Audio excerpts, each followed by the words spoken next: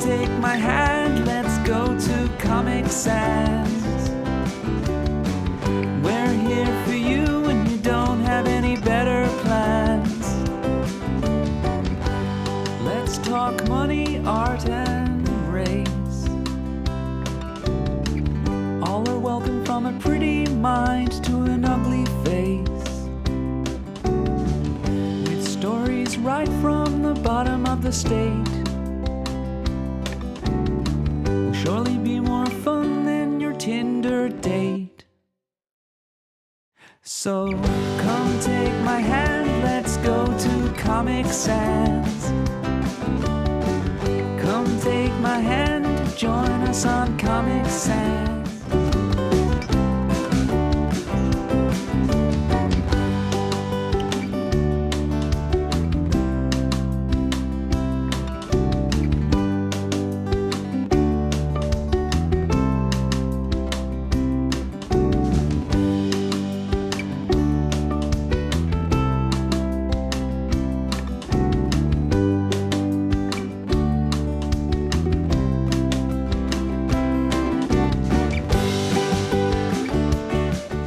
Last week on Comic Sans, at the request of Chastity, Juan and Kevin came for a surprise visit. The conversation continues this week with the group digging deeper into the process of comic book creation.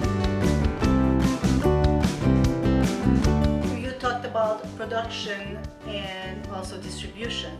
So if I understand correctly, we create the comic. Do they want the whole comic book? Do they want a proposal? At what point do we go knocking on doors?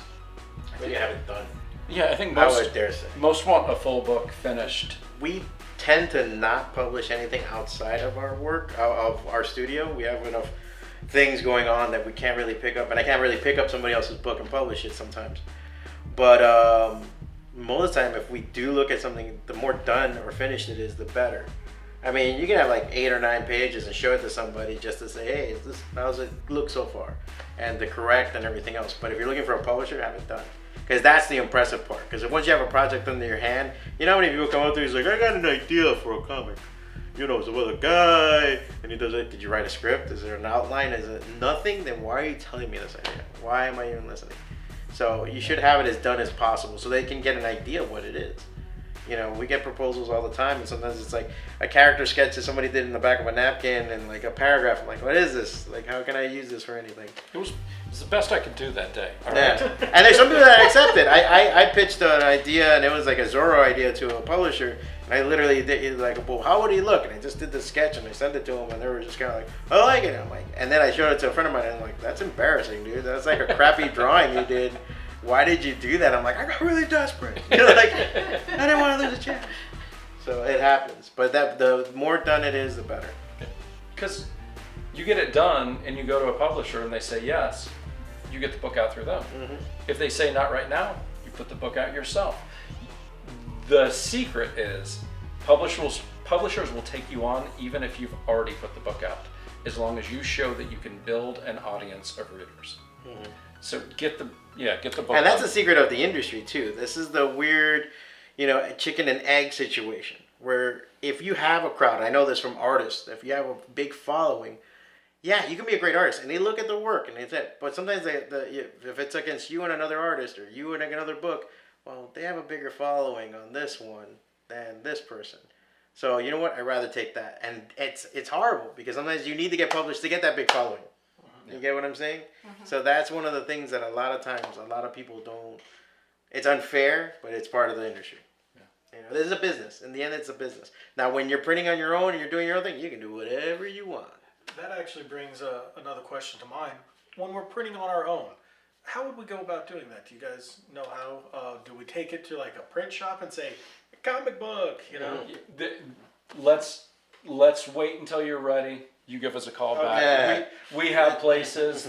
We have the way to do it, but that's months down the line. I'm glad we know you guys. Yeah.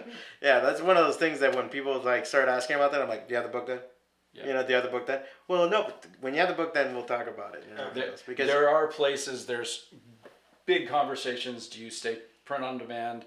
Do you go, a bigger press, print run, yeah. but that's when you have the book. We'll figure that out. And then there's format, because then there's also Yeah. digital comics. If you do web comics, there's a whole other slew. Getting it on the Kindle, getting it on iTunes, getting it, like, there's a whole other, like, that's a whole other rainbow in media. Whole world out there. Speaking of which, how is the comic book scene in South Florida in general? I think it's really good. I think it's pretty good for there's a little bit of apathy, but it's just because I think we're so busy paying. I mean, I'm from Miami, so it's like we're busy paying the rent down there. You know, like it's just getting so expensive. But I think there's a good running a comic book shop. You'll see a lot more people are interested, and they're looking for stuff. They're hungry. You know, I was gonna say I sold a copy of Morte the other day. And the guy goes, "What's this about?" I'm like, "It's good. Take it." You know. So when you start carrying our book, you're gonna Yeah. go, "It's good, take it." Yeah. You got But, one, you know, you with got the- one sale guaranteed. But let me tell you, this is one of the things with a one shot. I tell people a lot of times this: when the first issue drops, a lot of times for certain comics, and it happens now a lot, with especially indies with Source Point Press. I've had people come in and be, "Hey, have you heard about Source Point?" I'm like, "Yeah, I kind of know those guys. What about them?" It's like, "Oh, because this book." What happens is the first issue doesn't get hot on the first issue. Doesn't get hot until the second issue. Then on the third. All of a sudden, because there's a little bit of everybody talking. All of a sudden, everybody comes in and says, "You have the first issue." I'm like, "Where were you 3 months ago? Like, why weren't you here?" That's the thing. With a one shot, people are ready to say, "All right, I'll take a chance." Right. And it's amazing where you can go with that, because you can go to a book fair, you can do different kind of conventions, and you have that there. And sometimes just because you're there, both of you are there, you're like, "You wrote this? You drew this?" They want to buy it just because of that, you know? Just because you're there and you can sign it for it. You know what? I can definitely agree to that, because I've done that many times at shows, and I see a book, I see a one shot, I was like, "Oh, wow, this looks pretty good. Oh, you were the artist? Oh, let me get it." Yeah. Right. That's actually what I think I did with your first book that I got. I was like, "You wrote this?" Yeah. So. Yeah, that's I didn't actually write it, but Yeah, I'm yeah, still no. playing. Yeah, I know. Yeah. No, I mean, and it makes your day. It somebody buys your book and says that to you. It's just like all the late nights, all the early mornings, however you work. It's like, yeah, this was worth it. This is all worth it. It is a thing to have it physically in your hand too. Because I did webcomics for a lot of years. I did webcomics since the beginning of it and the first internet boom and everything else. I did it for various people, and I was really proud of it. But until I joined Creature, then we published it. And I remember John, who's my partner, was like, "We're gonna print it. We'll make a couple copies. We're gonna do it." And I was so nervous. I was like, "Oh my god, we're gonna sell my book. Oh my god, like people are gonna buy it. People are gonna see it, and they're oh my god." And it came out great, and it was awesome. And ever since then, now I'm hungry for the next one. The thing is, it is addicting too. Okay. It's one of those things that after you do the first one, you're like, "Let's do 4 more. Why not?" Even though you cried and like blood was spilled and So you're saying go from a one shot to a miniseries? possible, but get that one shot done. You know. Like I said, everybody jumps at it, and it's not bad to daydream. I daydream and I think about ideas and where I want to go with a project and this and that. That's fine. There's nothing wrong with that. But don't catch yourself just doing that. 'Cause everybody has that 1,000 pages, like, "Oh yeah," and then like at issue 100, this happens. Like, whoa, like get issue 1 done. Get issue 1 done. That's gonna be amazing, you know, because it's just month to month. So where do comic book writers and artists hang out in South Florida? Well, my shop is one of them. Yeah. The Goblins Heist, we actually do events. We have stuff that we put together. We sometimes go to breweries, have drinking draws. So we just hang out and drink. We've been meaning to do more. That of doesn't it. always work out too well. No, it ends up being drink. And it's just like, you know. The First You're growing 30% looks great. I know that. In the beginning, it's awesome. And then by the end. But yeah, because you got these guys chained to their tables. Everybody's drawing. Everybody's writing in their own world. And finally you have a group of them together and they start comparing notes. Last thing they want to do is draw. But we do like events like that. And then conventions too. You know, you got Florida SuperCon. You got Otaku Fest. You got... What's the other ones? I mean, there's so many now. Anime IY, if that's pronounced right. Tate's has a bunch of good things. Tate's always a, you know, go to your local comic book shops. That's where everybody's going to congregate too. Juan and I just drive around and show up at people's apartments when we know they're going to do Exactly, comic books. that's So what- that's what we do. Yeah, just you know. This is what, the 4th door that we knocked Oh on? yeah. Yeah, we were giving comic book advice to the couple downstairs too. And they kept saying, "Get out of our house, get out of our house." Yeah. He said, not until you start your comic. So, See, now we have more competition. Thanks. way to A go. rising tide Yeah. floats all boats. Yeah, Juan, exactly. Juan and I sell each other's books, and it's perfect.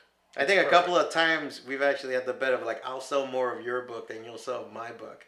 And we'll actually sit there. As far as our community, we've never been like that, like combative or anything like that, because it's an indie comic scene. Yeah. And what somebody that might be into my stuff might not be into his, and vice versa. It's gonna happen.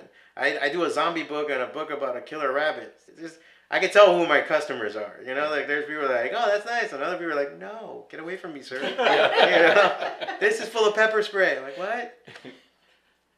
So that's the thing too. So don't ever look at it like that. And sometimes, in a friendly way, you can look at it like that. Because we always mess with each other. But most of the time, we're always just, dude, sometimes somebody comes up, well, I'm looking for something more female driven. Like, hey, go look at Tarte. It's over there. Blah, blah, blah. Like, we always send each other stuff. Any last piece of advice? Because we're about to. I think Jump it's really into important. The most important thing for you guys is communication, and not expect to be finished too quickly. Just communicate, and don't put so much pressure on yourself that this becomes it's an adventure. Keep it that way, and keep it an adventure where the two of you are going on together.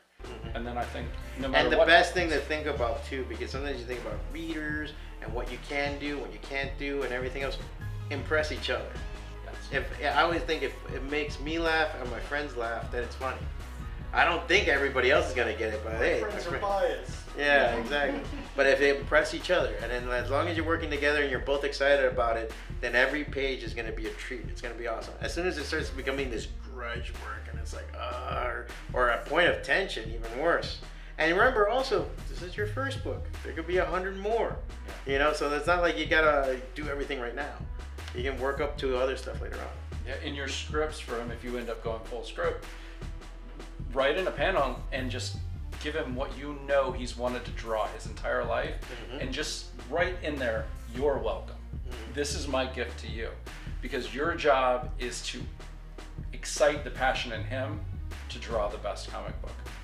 That's it. That's your entire job. His job is to get the best comic book out. So, yeah. And then somehow, and relay between the images and the storytelling, because it's also not just about drawing, but storytelling. So how you break down something. Maybe she says in one panel, and I know this from working with John on Tommy, they'll like have a panel and there's like 8 things going on in that panel. And I'm like, you know what, this is better as 4 panels. But show why. It's like in math, when show your work, it's the same thing. It's like, show why this would work better. I'm like, oh, okay, I'll show you. And then I'll show it to John. John's like, okay, it's good. I mean, there's just take your time with it, have fun. That's the main thing, and break down the concepts, your ideas. Like, what's the plot? What do you want to do? Like, because sometimes people get boggled down with like trying to impress people. That's what I think happens. A lot of people think, well, this is how they did it. So I'm like, no, man. Like, what do you want to show? What do you want to? I always try to find the theme of what you want to do. If it's about love, or it's about laughter, it's about being a hero, being a villain, being this. All right, what does that mean? A lot of times when they adapt something from a book into a movie, it doesn't work. A lot of times it's not because they got the costume wrong or they got this wrong. They got the concept wrong, the heart of the story wrong. And Like Suicide Squad. There you go. Well, there was no story in that, so that's one of the problems right there. There were 27 good music videos on that. Well, the thing, look at it this way: Guardians of the Galaxy. I did not like that book ever. I was never a Guardians of the Galaxy fan. Movie comes out, it's amazing. Fantastic. Why? Because they knew how to do an ensemble cast. You have different people, different takes. Everybody got their little introduction. Look how perfectly that all worked. Now look at Suicide Squad. Car crash. So, because they didn't let anything breathe, they said, look at this guy's cool. Look at this guy's cool. Look at her, she's cool. Yeah, cool, right? Awesome. Let's just go to her. You're like, what is this? Why do I care about any of these people? So that's the development side. I can definitely recognize a good story when I see one. I've been writing for more than 20 years myself. I'm formally trained as a writer. And most stories, whether we're talking about comic books or plays or novels or short stories, they follow a very basic principle. A character who wants something comes up with a plan to get it. Something gets in the way, and the character has to either succeed or fail in the process, and there's always some kind of change at the end of the story. Now, writing my own story is very exciting. I have my own routine, I have my own process, I've been doing it for quite some time. The idea of having to relinquish some of my decision making to work with someone else can be very scary. I keep wondering what's going to happen if I don't like the direction that Logan is taking with the story. I keep wondering about my own abilities to handle disagreeing on certain aspects of the story, because I've been working on my own for so long, and I do feel that I know so much about writing that I might not have the patience to work with someone else. Those are all interesting considerations. What does a picture add? How does it shape a narrative? Extractions versus representation, photo versus drawing, and text versus images? All ask the same question. How can we best tell this particular story?